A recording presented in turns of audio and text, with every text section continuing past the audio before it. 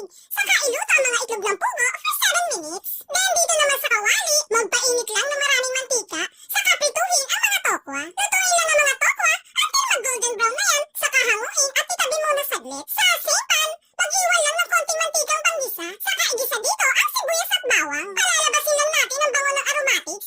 Saka isunod dito ang estimated 1/4 cup ng margarine. Tunawin lang ang margarine dito. Saka isunod naman itong isang pack ng mixed veggies. Bale, dadagdagan ko pa pala yan ng isang lata ng whole corn para mas marami. Haluin at igisa pa natin yan for 3 minutes. Saka isunod ang isang lata ng cream of mushroom. Haluin ulit natin ang niluluto dito. Then, isama na natin dito ang isang malaking lata ng evaporated milk. Halu-haluin pa yan until mag-well mix na ang cream of mushroom at ang evap. I-simmer lang natin yan for 2 minutes. Saka natin yan lalagyan ng paminta, asin, at isang pork cube. Mix-mix pa natin ulit ang niluluto para humalong maigi ang mga pampalasa. At this point, pwede na natin ihalo ang napritong tokwa at ang nilagang itlog ng pugo. Haluin pa natin yan for 2 to 3 minutes and ready to serve na itong creamy at super sarap na luto sa tokwa at itlog ng pugo. So,